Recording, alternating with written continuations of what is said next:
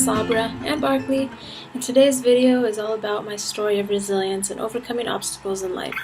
So if you're interested, please keep watching, and if you like it, make sure you like and subscribe the video. Thanks guys.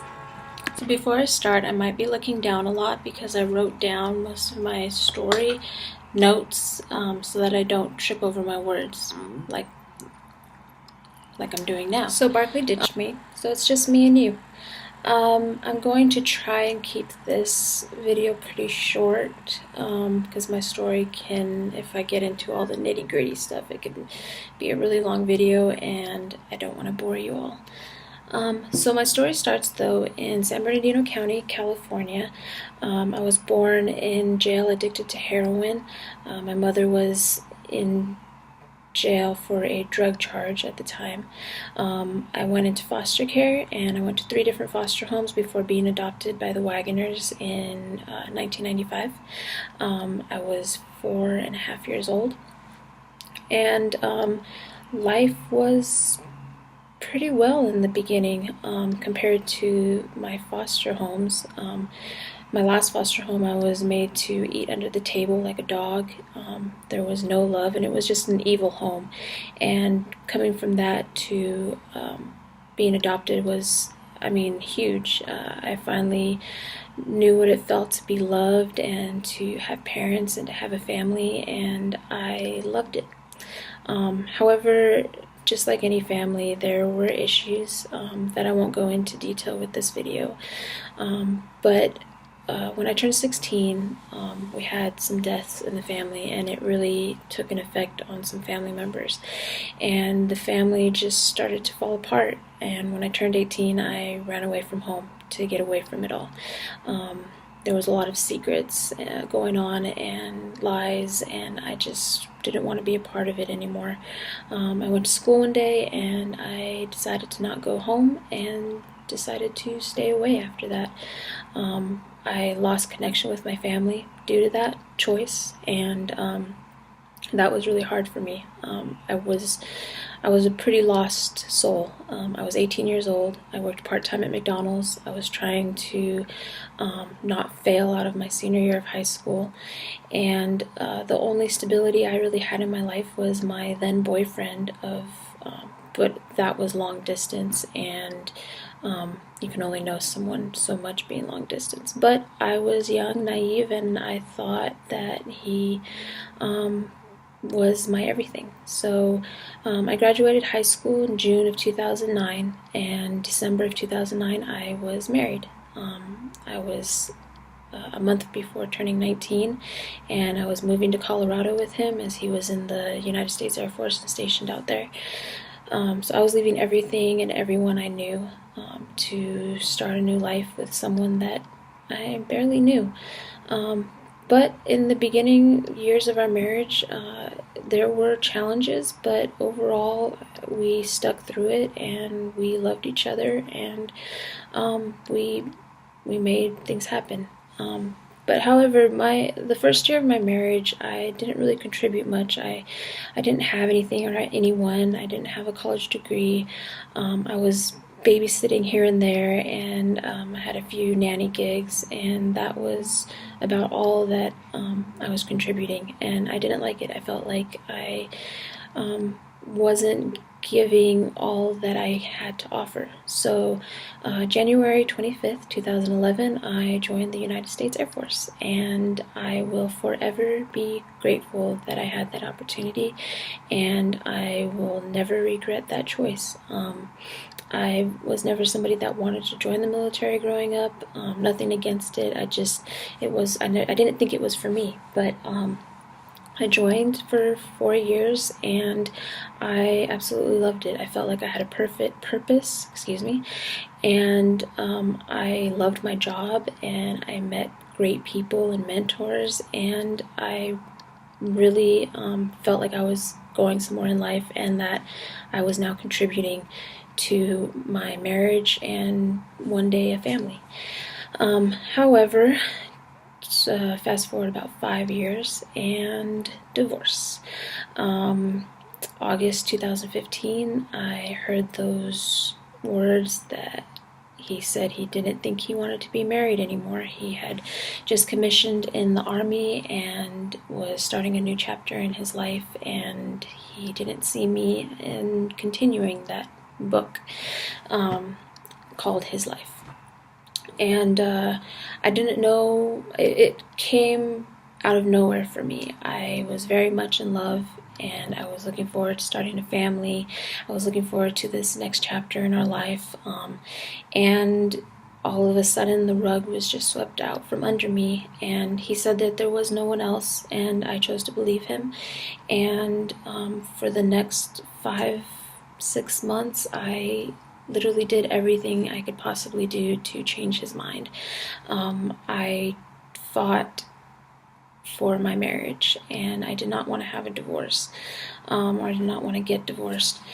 But December of 2015, I found out that there was another woman, and that is why he chose to leave, and that literally crushed me. And I didn't handle it well at all. I didn't want to be alive anymore. I felt like the one person that had been there when I felt like I had nobody was now leaving me as well, and it took a toll on my self-confidence and on my purpose in life and where I was going and what I was going to do now. And I was in so much pain that I finally decided that I wanted to commit suicide. I was tired of hurting, and people were there. They offered to talk and to be there if I needed them, but I really closed everybody off, and I felt like I couldn't really talk about it because it was just a divorce, and many people go through divorces and they don't get to the point where they want to kill themselves, and I felt like I was weak for wanting that way out of this pain. I was still very much trying to work it out with my ex, and even after the divorce, and I was just completely lost in life. I had no idea what I was doing or why I was still here. However, I did get help. I had a mentor at the time.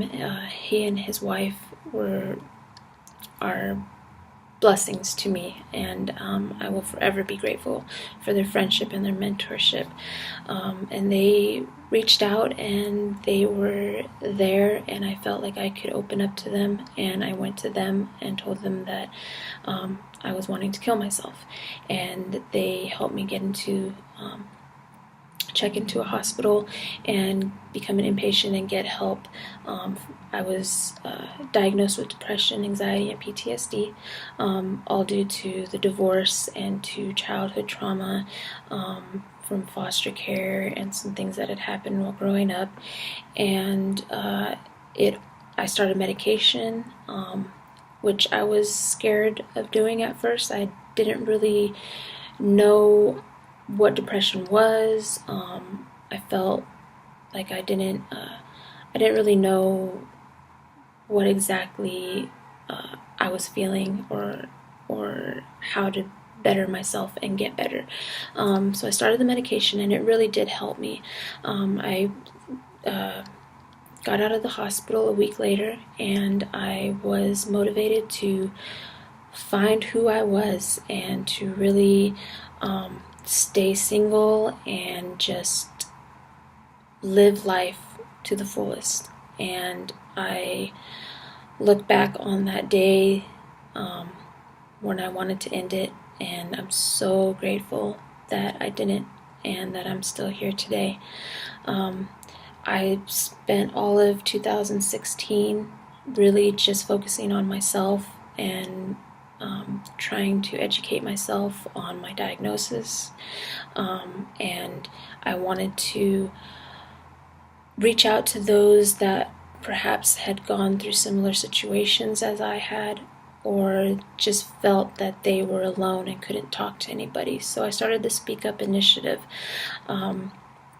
It was a way for me to use what I was going through and use it in a positive way to help others. And to this day, I am grateful for the things that I've been through, and that I have overcome those issues and those moments in life, and that I'm here stronger in myself and as an individual. And I'm really today, what is today? The Monday, February 19th. I am happy. I'm in another relationship. I have a boyfriend of, we will be 6 months next month. And I'm so happy and so blessed to be here. And I really wanted to start this YouTube channel, for one, to share my story and to get it out there to the world, and to remind people to speak up about mental illnesses and mental health, and to bring awareness to suicide and overall suicide prevention is my overall goal. And even if this video only reaches one person, that's worth it all to me. And I will be grateful that I started this channel, and then grateful that I shared my story. Even if I'm not the greatest public speaker, speaking into a camera is way out of my comfort zone, but I believe that I could reach somebody, and that's my goal. And I'm going to keep striving for that, and I'm going to keep pushing to speak up about mental health, and I am not giving up on myself ever again. Let me get to my notes because I don't want to forget anything. So 2016 was a rough but good year for me.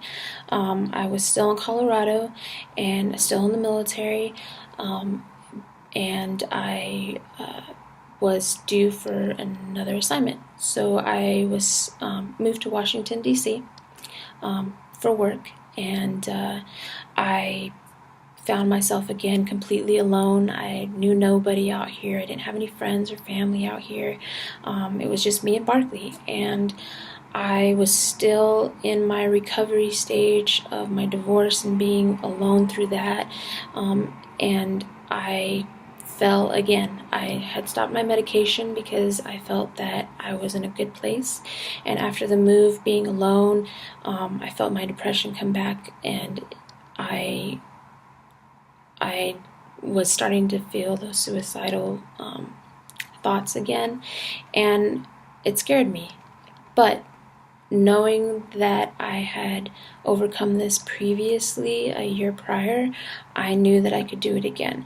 So I checked into a hospital again, not because I was going to commit suicide, but because I knew that if I didn't surround myself with doctors and surround myself with like-minded people that were going through their own struggles, that I was not going to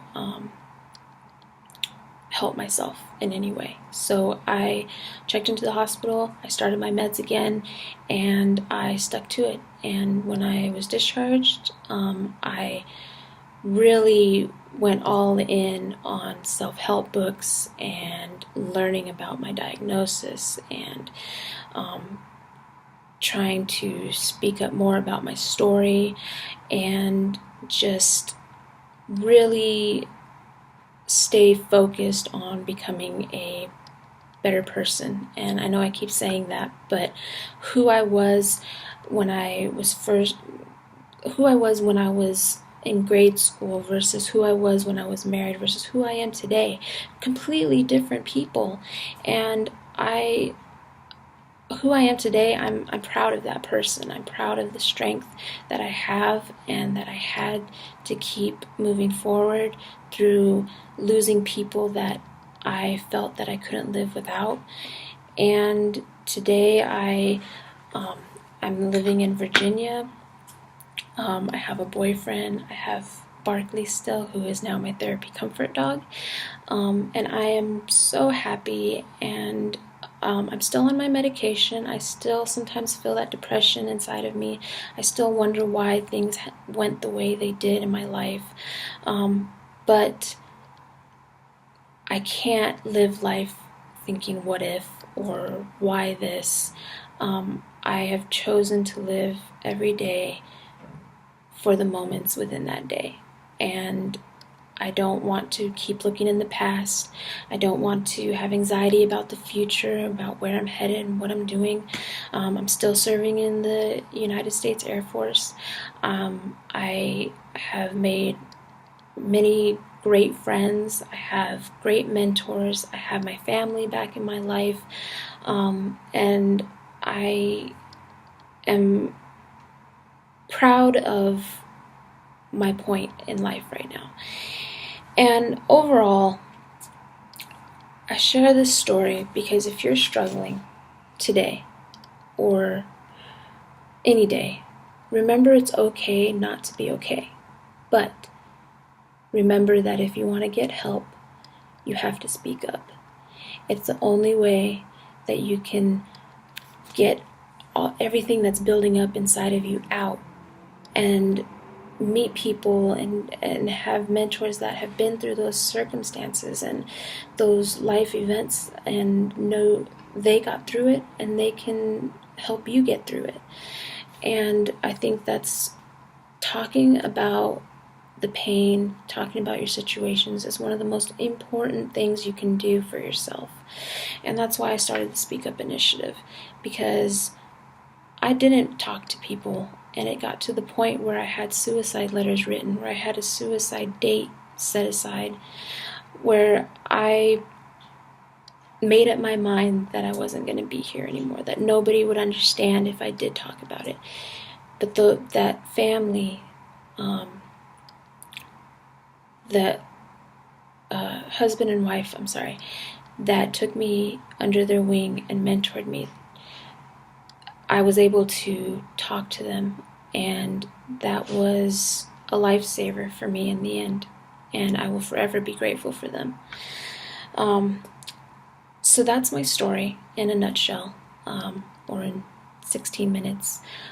There's a lot more to it, of course, and if you have questions, just leave a comment below, and I will try to get back to each and every one of you. Excuse me. Make sure to like the video, subscribe, and thank you for taking the time to listen. I know everybody has their own stories and everybody has their own struggles.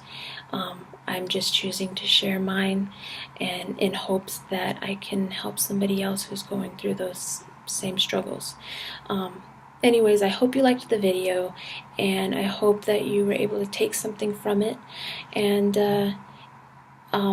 if you liked it, make sure you like the little like button there and subscribe, and I will see you on the next video. Thanks, guys.